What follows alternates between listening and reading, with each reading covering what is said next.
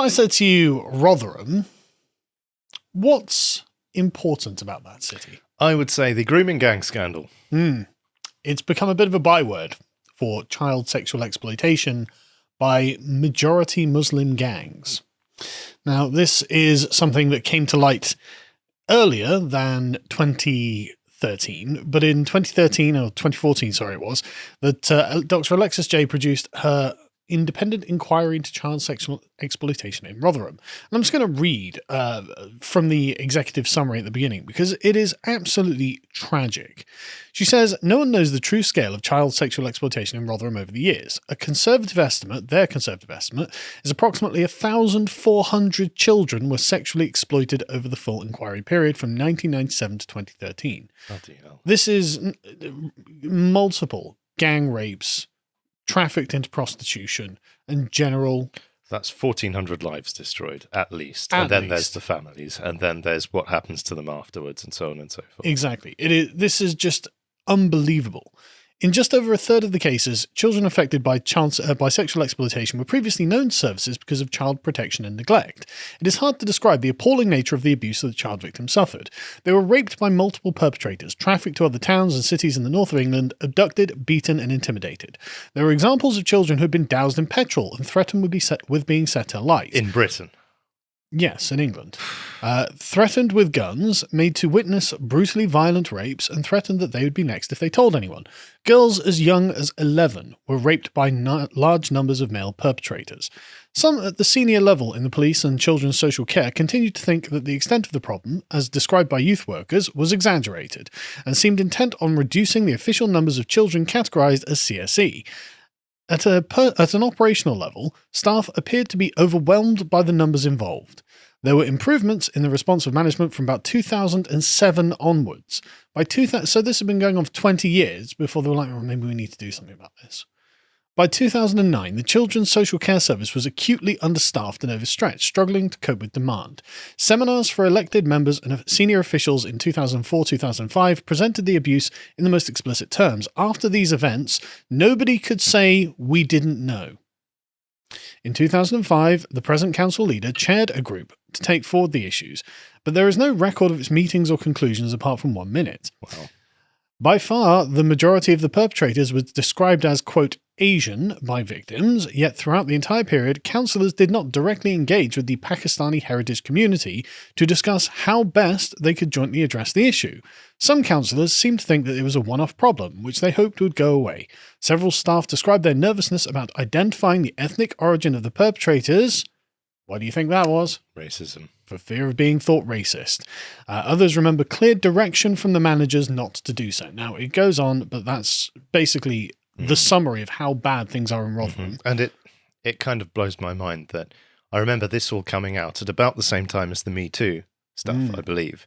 And, I think it was just before, actually. But I seem to remember a stark contrast between the number of people I knew who were even aware of this scandal compared to the number of people who were getting themselves involved in Me Too.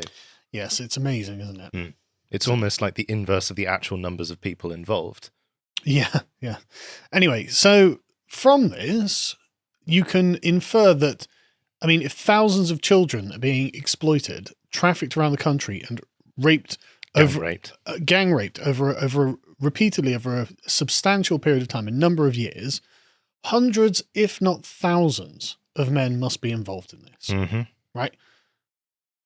Such a paucity of convictions from this really makes you wonder, right? So as the Guardian report, from the £90 million inquiry into this, which has been examining the offences as Alexis J laid out, and identified 1,523 potential victims and is investigating allegations against 426 people, 151 of whom are designated suspects.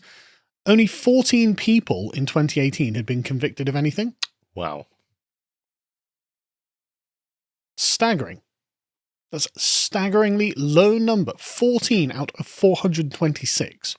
Incredible. What? How? How is that possible? It's really, it's mind-boggling, isn't it? One of the victims was raped or sexually abused by the defendants over a number of years when she was 11, court heard during these inquiries. It's just like, okay, In a police interview recorded years later, the woman said her phone number was passed around to groups of men who demanded to meet her for sex. I can honestly say, but by this age of 16, I had slept with 100 Asian men. Some I didn't see again. The ones who come and use you for one time are the ones who are hard to remember.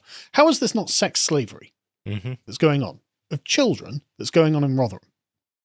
Hundreds of men for just that one woman. That one girl, I suppose she would have been. But yeah, as I said, 14 people had been convicted under Operation Stovewood, which makes you really wonder. But the thing is, you might think, okay, but like, I mean, it's a big community? Is it? Because if we just look at the 2011 census data for Rotherham, not really. As you can see, the number of Christians in Rotherham was 171,000, 66% of Rotherham. Wow. The number of Muslims was 2.2%. Oh, sorry, 3.7% in 2011. Roughly 10,000, making roughly half of those males. And then I suppose that there's going to be, say, 10 or 15% of those that be children. And so you get the number of adult Muslim men in Rotherham in 2011, when all of this is going on, at about 4,000. It's not many, is it? No, but it's not. And that's the point, isn't it? How widespread in this community is this? Well, you could actually apply the pigeonhole principle to this, and if you do, the implication is that you would find that the vast majority of that number were involved in this. I don't actually know what the pigeonhole principle is. So the it's a mathematical principle. It's right, okay, that's why I don't know. But essentially, it's the idea that if you have more pigeons than pigeonholes, that means that at least one pigeonhole is being shared by more than one pigeon. Right. Well, I mean, that seems to be the report coming from the girls involved. Now, of course, these girls were trafficked to cities and towns other than Rotherham, so we don't have any kind of concrete data, but it does imply that there's quite a persistent problem within a particular community in Rotherham that isn't persisting in the other communities. And that, you would think, would be enough to overwhelm the stigma of being called a racist and say, well, look, there is a real problem with child rape in this town, and all of the victims are saying overwhelmingly that they are of Asian heritage, so it is something that should be talked about. But the thing is, the police decided they just didn't feel like recording the ethnicity of the rapists. They just decided that really isn't something that they needed to talk about. Wow. So they literally just routinely did not record the ethnicity of the suspects. One of the local news, the Times, found. They say that all 4 South Yorkshire Police District failed to record the details. That's really interesting. The ethnicity of the suspect was omitted in 67% of the cases. Why? Why would you do that? But they did say that, well, since 2019, we've decided to increase ethnicity recording. Oh, good for them. Yeah. So 5 years after Alexis Jay's report came out that made their town look abominable. Because it is. Then, I mean, what sort of town allows its children to be gang raped by foreigners, essentially, on an industrial scale, and can still hold its head high? I don't know. Like, isn't that what do you have an army for if not to prevent your children from being raped? Right. So this is just a failure on so many levels. Yeah. No. And I'm laughing because it sounds ridiculous, but this is really happening. And this is anyway. So and. The scale of it is just one of those things that you can't understate. So if we go to the next one, there have been inquiries into this where people who were detectives and sergeants and whatnot during this time period, who have now left these positions, have had to defend themselves and saying, well, look, it's not our fault. As you can see here, this guy was getting 35 new cases of child sexual exploitation out of Rotherham per week. That's crazy. That is mad, isn't it? That is absolutely mad. I mean, I don't know how to describe it. So this former Detective Sergeant David Walker was giving evidence at a misconduct hearing in which allegations heard by Jane Senior, who ran a youth project called Risky Business in the South Yorkshire town of Rotherham. Youth projects are risky business in Rotherham, I would say. I would say so. Mr. Walker told the panel, looking into his conduct, that a lot of officers have been criticised for their lack of inquisitiveness. And he says, that wasn't me. It's like, yeah. I mean, there's an interesting thing that no one has really been brought to account to all of this. Like, I should have got more up about this, but I wanted to keep this fairly short. But there's definite connections between the Labour attitude, the Labour councillors' attitude of this is a cultural, the cultural phenomenon, and the girls making an informed choice. It's incredible, isn't it? Yes. They're making an informed choice to sleep with hundreds of Muslim men before the age of 16. Yes. And interesting. They're making an informed choice to be covered in petrol. Yeah, and given drugs, and it's awful. But the lack of inquisitiveness is obviously characteristic of the Rotherham police force, because if you don't see it happening, well, you don't have to do anything about it. But anyway, so his defense was broadly based on, well, I didn't have any training. He says the former South Yorkshire detective told the panel there was no training, there was no guidance, there was no handover. I was more or less went in there and they said, there you go, crack on. It's like, what training and guidance do you need? If you catch a man raping a child, then you arrest the man and save the child. Yeah, but the police routinely does not seem to police this ethnic minority. No. They seem to have their own rules. The police seem to only police the English people, who are actually quite docile and will follow them and are easy to police. But groups which are more violent and harder to police, they just don't bother. So they don't have any guidance, really, fundamentally, on how to deal with these people. And they don't seem to want to. But moreover, if the higher-ups are following politically correct dictums that come from the Labour Party, then they probably find themselves in a position that isn't very enviable. But even then, I don't think that's a good excuse. No. But anyway, this is, of course, in Rotherham, still going on, right? So this is a report by Breitbart that's this year, January this year. Over 1,000 victims have been identified in an investigation into child sexual abuse grooming gangs that operated in the northern English town of Rotherham, says Britain's National Crime Agency that week. So remember, these children, they escape once they reach adulthood. Mm-hmm. So when they get to like the late teens, early 20s. So once they reach adulthood, I presume they're just prostitutes rather than being raped, according to the police. Well, I've spoken to a bunch of these victims. They move away. Good. as quickly as possible. But that means that just more children are being abused. So if there's constantly a kind of rota, like a number of 1,000 children, then that's 1,000 children from 1997 to 2020 over a 30-year period. But it remain children for that 30 years. So it's new children that are being essentially recruited or captured into this sexual slavery operation. It's still happening. Yep. This is unbelievable, isn't it? So the NCA said there are currently 30 investigations ongoing with over 1,000 victims known to police. Well, why don't you help those victims? If you know who the victims are, why don't you get them out of the problem that they're in? We managed to find 20,000 places to put Afghan migrants, didn't we? That's really weird, isn't it? Yeah. We can't find anywhere to put these 1,000 victims then. How interesting. More charges against suspected paedophiles are expected to be brought forward later this year, and the probe is expected to last another 5 years. I tell you, if I was in charge of this, it'd be done within the week. Like, I just don't understand what's the hold-up. You've got guys who are driving around with children who are not theirs. Mm-hmm. Arrest them.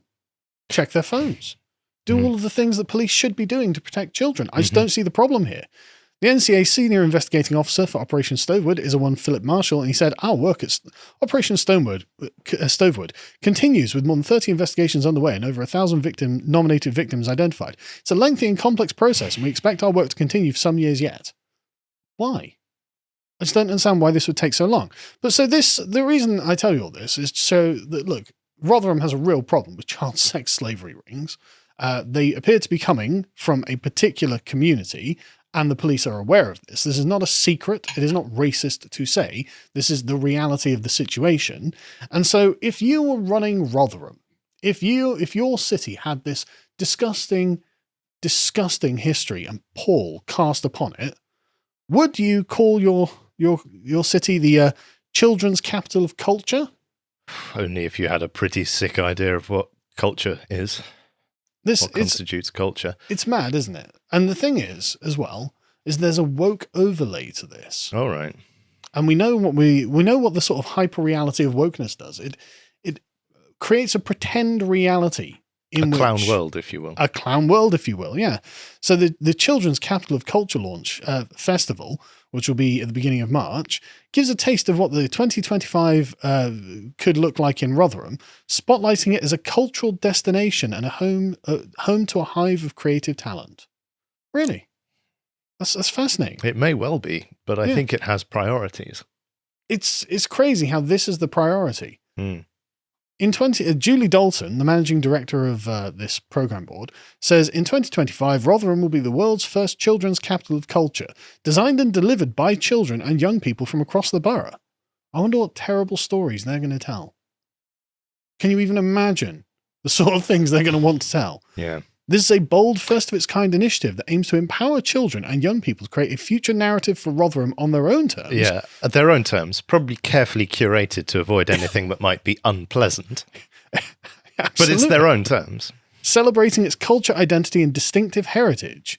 The journey officially starts here. We want everyone to get behind it. I mean, I don't even want to go into the questions that I don't care what like children want, for like the future narrative of Rotherham. Like, we don't take instruction from children. I don't know why you think we should be taking instruction from children. That's what the parents are for. Well, that's actually true. And I think it might even be Hegel who came up with the idea. But enculturation is the process, or Bildung, as they say in German, is the process of how a child learns their own culture. Yeah. They learn what the important days are, the important festivals, foods, modes of dress, modes of behavior, and so on. And so children, by definition, are not the agents of that culture. No. They are being inducted into it. So to have children's culture and see them as the originative agents of that culture is a contradiction in terms, I think.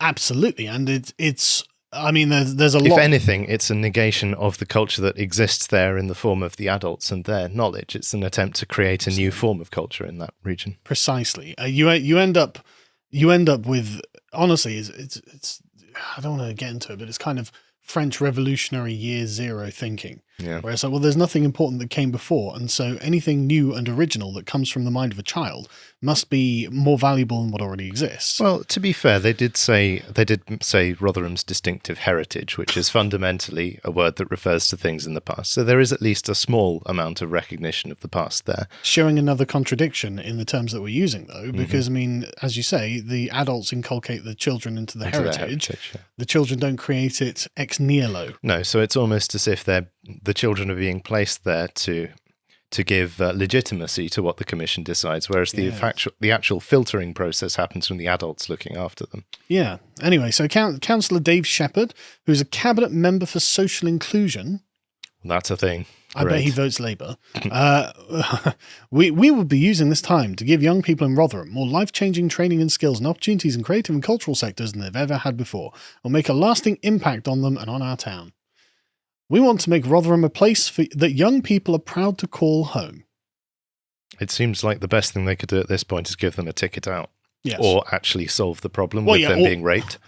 Arrest the paedophile sex slavery rings would be a start. Mm-hmm. But yeah, they want to give them Rotherham a place that young people are proud to call home and where they want to develop, work and invest. We're making improvements that will help change the perception of Rotherham inside and outside the town and lead a wave of aspiration amongst our young people. There's no changing the perception of Rotherham while this is all still going on. I don't know why you don't want to accept. Well, I do know why you don't want to accept what I'm talking about. But anyway, that was just a terribly, terribly nightmarish thing that I came across that I wanted to talk about. Councillor Dave Shepherd, go and arrest the paedophiles who are raping the children in your town. If you appreciated that segment from the podcast The Lotus Eaters, you can go to lotuseaters.com to get access to all the premium content we have on the site, such as this old video here, The Politics of Watchmen, which has been incredibly popular, so I thought I'd feature it again. So if you want to check that out, do go out and subscribe. Otherwise, if you want to follow Harry and what else he's doing, you can follow him on Getter at Harry Lotus Eater. Thank you and goodbye.